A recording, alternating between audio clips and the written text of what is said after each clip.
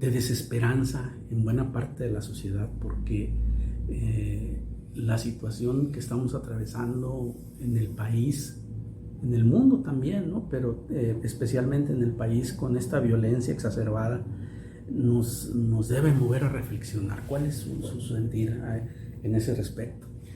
No, tristemente es un fenómeno global, el menosprecio, ¿no?, de la vida está a la baja y vemos crecer la violencia, una guerra que no cesa allá en Europa, en los Estados Unidos estos tiroteos, aquí en nuestro país la violencia cotidiana que ciega muchas vidas, y esto va generando un ambiente donde la violencia se normaliza y de pronto perdemos la capacidad de indignación y de asombro. Entonces es muy importante, primero, que nosotros recuperemos esa capacidad, y segundo, que hagamos un compromiso por la vida. Tenemos que empezar con lo más inmediato, la vida de quienes están alrededor. Y por supuesto, más allá de todos los esfuerzos que se están haciendo o que se dejan de hacer a veces para contener esta violencia, la gran pregunta es: ¿qué tanto valoramos la vida y qué estamos haciendo nosotros para que la presente generación sea formada? Recuperar esos valores fundamentales de respeto a la vida, a la integridad de los demás, de los que nos rodean, y poder entonces tener la esperanza de ir construyendo una mejor sociedad, porque nuestros niños y niñas están expuestos cotidianamente a la violencia. Van al puesto a la tiendita de la esquina, y ahí se está vendiendo el periódico, exhibiendo imágenes crudas. Encienden el televisor y ven violencia, navegan por la red a veces sin ninguna supervisión y cuidado, y lo que ven es violencia. En los juegos o los videojuegos también, muchos de ellos tienen un contenido violento. Se han hecho estudios para tratar de determinar qué tanto influyen estos medios y la violencia que se transmite o que se visualiza gráficamente a través de estos medios, y algunos estudios concluyen que no tienen una incidencia directa. Yo no estoy de acuerdo con este punto de vista, porque indudablemente los pequeños son impresionados por su mundo alrededor y tienden a tomar como algo común todo lo que ellos ven. Claro, en los dibujos animados el superhéroe se levanta y retoma la vida, pero en la realidad no es así. Entonces, creo que este es un fuerte llamado a nuestras conciencias para colocar en el centro de nuestra preocupación la vida, para promover la vida, para respetar la vida en todas sus manifestaciones, y sobre todo la vida del otro. Generalmente nosotros nos indignamos cuando nuestros derechos son pisoteados, pero en realidad esto no va a poder transformar el mundo. Vamos a poder abrir espacios de vida y de esperanza cuando nosotros coloquemos en primer término la vida, la integridad, la dignidad y los derechos de las otras personas, y yo aprendo a ser garante de mi hermano, de mi hermana, de mi vecino. Esta es la enseñanza precisamente de Jesús. Hacer a otros lo que queremos que ellos hagan con nosotros, la regla de oro. Pero nosotros pensamos en un sentido opuesto: primero mis derechos, mis necesidades, mi mundo, mi seguridad, y luego los demás, y excluimos del mundo a los demás. Entonces tenemos que dar un viraje en nuestra mente, en nuestro corazón, y tener este cambio de actitud, porque eso es lo único que va a poder empezar a construir una sociedad diferente. Entonces hay que privilegiar, defender, cuidar la vida, que además es sagrada, viene de Dios, y no solamente es no quitarle la vida a la otra persona. Claramente la Escritura, el mandamiento dice: no matarás, pero también hay diferentes maneras de disminuir la vida o la calidad de vida de las demás personas. El mandamiento incluye el aspecto positivo de promover activamente el bienestar y la vida de los demás, porque así estaremos construyendo un mundo diferente. Pero esto nos llama un cambio de actitud, como he dicho, y eso es lo que precisamente el Evangelio nos dice que es la conversión. El cambio debe venir aquí adentro. No vamos a tener transformación en la familia, en la sociedad, en la manera como convivimos o hemos dejado de convivir, hasta que ese cambio no surja dentro de nosotros mismos. De dientes para afuera no sirve. Absolutamente no, o sea, podemos aumentar los discursos, estamos llenos de discursos de buenas intenciones y de mentiras, y a veces uno se pregunta si aquellos que las están pronunciando ya las han dicho tantas veces que se creen esas mentiras. Ahora tenemos un nuevo concepto que ha surgido en este mundo globalizado, que es la posverdad. Es decir, no hay verdades, cada quien construye su verdad y tiene derecho a hacerla valer. Esta es una mentira de raíz. Claro. Una media verdad es una mentira completa. Entonces necesitamos recuperar el valor de la verdad y el valor del discurso y de la palabra. Es decir, hablar con absoluta sinceridad, honestidad, integridad, y atender el valor de las palabras, porque las palabras tienen impacto. Jesús nos dice que si insultamos a alguien, ya de alguna manera lo estamos matando, y en realidad si nosotros no nos damos cuenta de ello, pues vamos a seguir lastimando, hiriendo con nuestras palabras, y poco a poco vamos invadiendo la vida, la integridad de las otras personas, hasta creer que tenemos el derecho a lastimarla, herirla o a quitarle la vida. Pastor, la política es una actividad que nos ha llevado, quizá no por su esencia, sino por quienes la ejercen, a una situación en la que la sociedad se encuentra muy polarizada. Y esto nos hace dudar de las medidas que los gobiernos tratan de implementar, específicamente el gobierno mexicano, que ha enarbolado esta máxima de abrazos no balazos, pero desde el punto de vista de muchas personas de una manera errónea, porque privilegia un diálogo, un supuesto diálogo entre dos interlocutores totalmente distintos, uno armado con total impunidad y otro que se encuentra indefenso y tratando más que nada de preservar su vida. Es decir, son dos interlocutores que están en posiciones totalmente distintas. ¿Qué podemos hacer? ¿Cómo se desliga este discurso oficial o oficialista de lo que realmente se debe hacer? ¿Cómo recuperamos esos valores, ese equilibrio, pastor? Bueno, por una parte, el Estado tiene la tarea y la obligación de garantizar la seguridad de los ciudadanos. Y está autorizado, y así lo enseña la Biblia, de San Pablo en su carta a los Romanos capítulo 13. Dice allí que debemos temer en el sentido de tener respeto por la autoridad, porque no en vano lleva la espada. Y allí dice, es vengador de Dios para establecer justicia, para que hagamos lo bueno. En este sentido, el Estado está investido de autoridad para ejercer la fuerza necesaria para contener el avance del mal y de la violencia. Y obviamente, pues esto implica una confrontación entre la justicia, la ley, el Estado de Derecho, y aquellos que transgreden la justicia, la ley y el Estado de Derecho.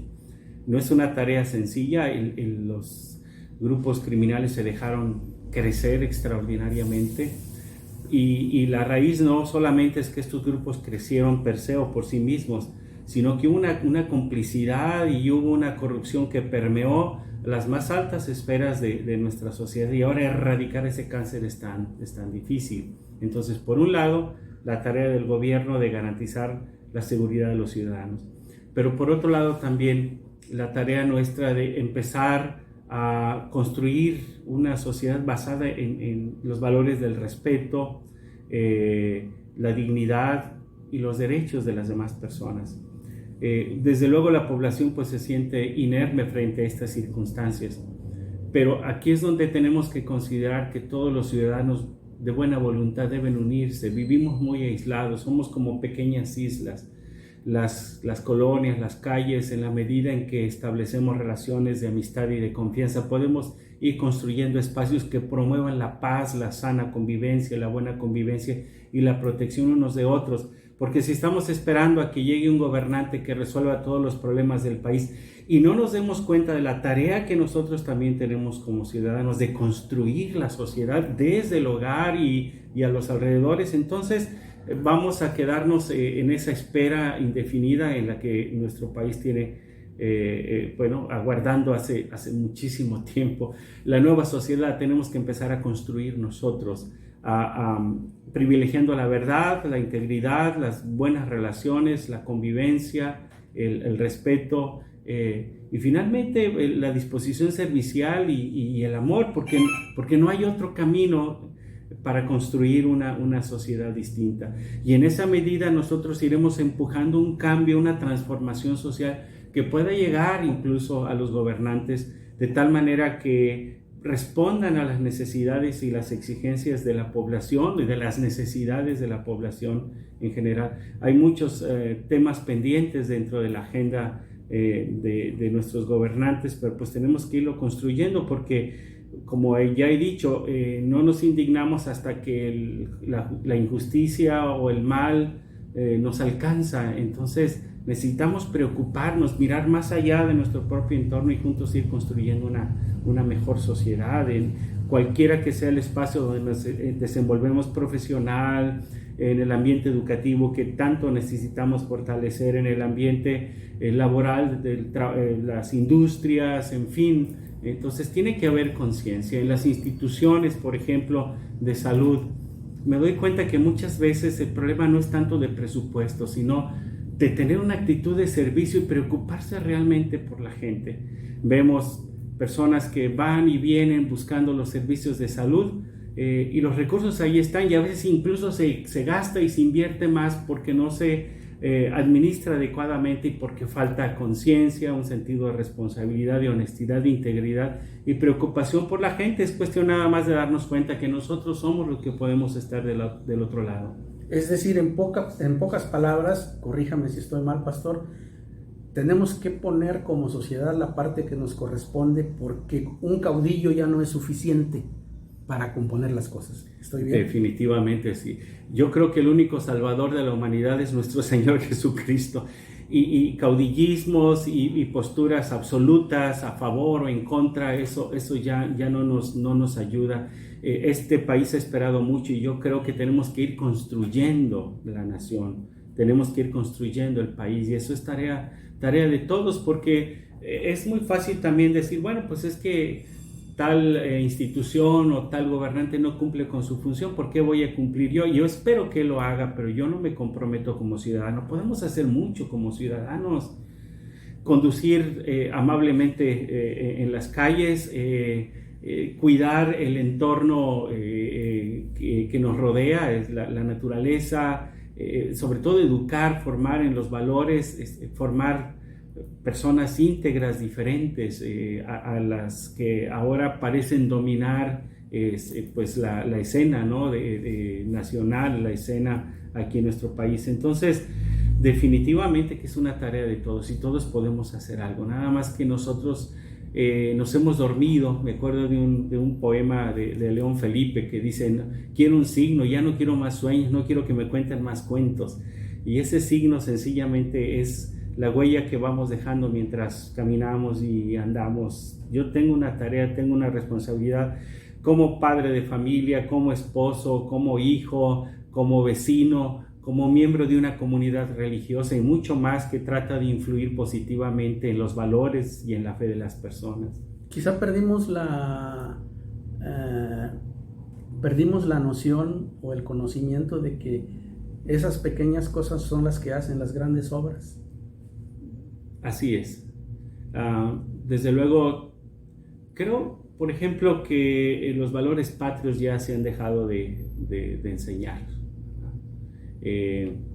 Queremos ver a niños o niñas que puedan bajar de la acera para dejar pasar a una persona mayor, alguien que le cede el asiento en el autobús, una persona que está dispuesta a ayudar a aquella que tiene ciertas limitaciones físicas.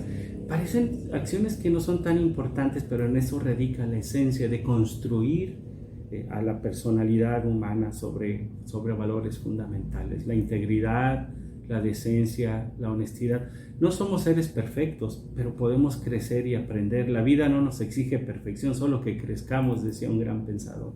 Eso es lo que necesitamos. Entonces, ese cambio de actitud puede ir como abriendo espacios de participación, de convivencia, de paz, que poco a poco se vayan ampliando. Yo creo mucho en la construcción social y en el activismo social, civil, pero que sea un activismo constructivo y propositivo, porque no se puede buscar justicia atropellando la justicia, no se pueden reclamar derechos atropellando los derechos de las demás personas, y esto es algo que todavía no hemos terminado de comprender. Entonces necesitamos una revolución mental y en el corazón.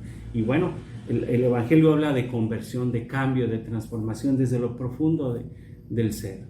¿Cuál sería un buen principio, pastor? Porque estamos viviendo en una sociedad que ha sido muy polarizada, porque lo vemos a diario en las redes sociales, lo percibimos incluso en las conversaciones de café, en las plazas. Vemos que hay una sociedad que está enfrentada.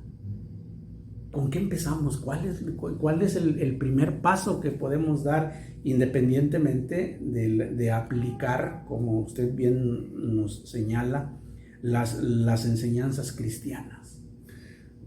Yo lo que creo es que debemos empezar a ejercer un discernimiento y un criterio personal y no creernos tantas mentiras que nos venden a través de los medios masivos de comunicación y de las redes, y tomar como un hecho todo aquello que escuchamos, discernimiento, pero también estar dispuestos a escuchar a la otra persona, realmente escuchar, porque nadie tiene toda la razón y nadie tiene toda la verdad. La verdad la vamos construyendo en la medida en que nosotros nos escuchamos y vamos abriendo caminos de entendimiento, y esto hace muchísima falta. Entonces, discernimiento, criterio, apertura a la otra persona, y insisto en enseñar estos valores, porque bueno, nos venden muchas mentiras. Por ejemplo, la mentira del mercado que nos dice que si no tenemos tal o cual cosa, pues entonces no valemos. Ahora todo es marcas, es moda, es tener la última versión de lo que sea, ¿no? Y si no, no podemos ser felices. Y entonces vamos construyendo un mundo egoísta, vamos entrando en las mentiras del mercado que nos dice que hay que trabajar y hay que prácticamente vender la vida a ese trabajo para adquirir algo de dinero y consumir, y ese es un círculo mortal que nos impide vivir, nos impide detenernos ni siquiera al escuchar al otro. O sea, la cultura de ahora nos quiere tener embotados y distraídos, vendiéndonos un montón de mentiras que nosotros creemos como verdades y que nos hacen pensar que si no tenemos esto o aquello no somos felices. Cada diciembre yo suelo invitar a los papás a hacer un pequeño y sencillo acto, porque los niños ya están pensando ¿qué voy a pedir? Bueno, a ver, ¿cuántos juguetes tienes allí en buen estado que ya no juegas? Pero tú quieres el último juguete de moda y no eres feliz y papá o mamá no te lo compra, y no te lo compra con dinero, te lo compra con tiempo, porque tiene que trabajar y ya no conversa contigo, ya no se detiene a conversar contigo como hijo, ¿cómo estás? Que siente, a convivir, a vivir la vida realmente. Entonces el ejercicio consiste en que usted va a ir a una área de mucha necesidad y su hijo va a elegir, si es posible, el juguete que más quiere y lo va a compartir para ayudarle a salir de ese mundo de egoísmo y de exclusión y mirar hacia afuera. Ese tipo de actitudes yo creo que puede ir transformando nuestra mentalidad, y más si no solamente va a compartir el juguete, sino a jugar el juguete y a encontrarse con otros niños. Y creo que cuando propiciamos este encuentro, los niños van a dejar a un lado los juguetes y van a encontrar la maravillosa experiencia de convivir. Bueno, la pandemia nos mantuvo encerrados, ahora un poco estamos saliendo, creo que podemos hacerlo.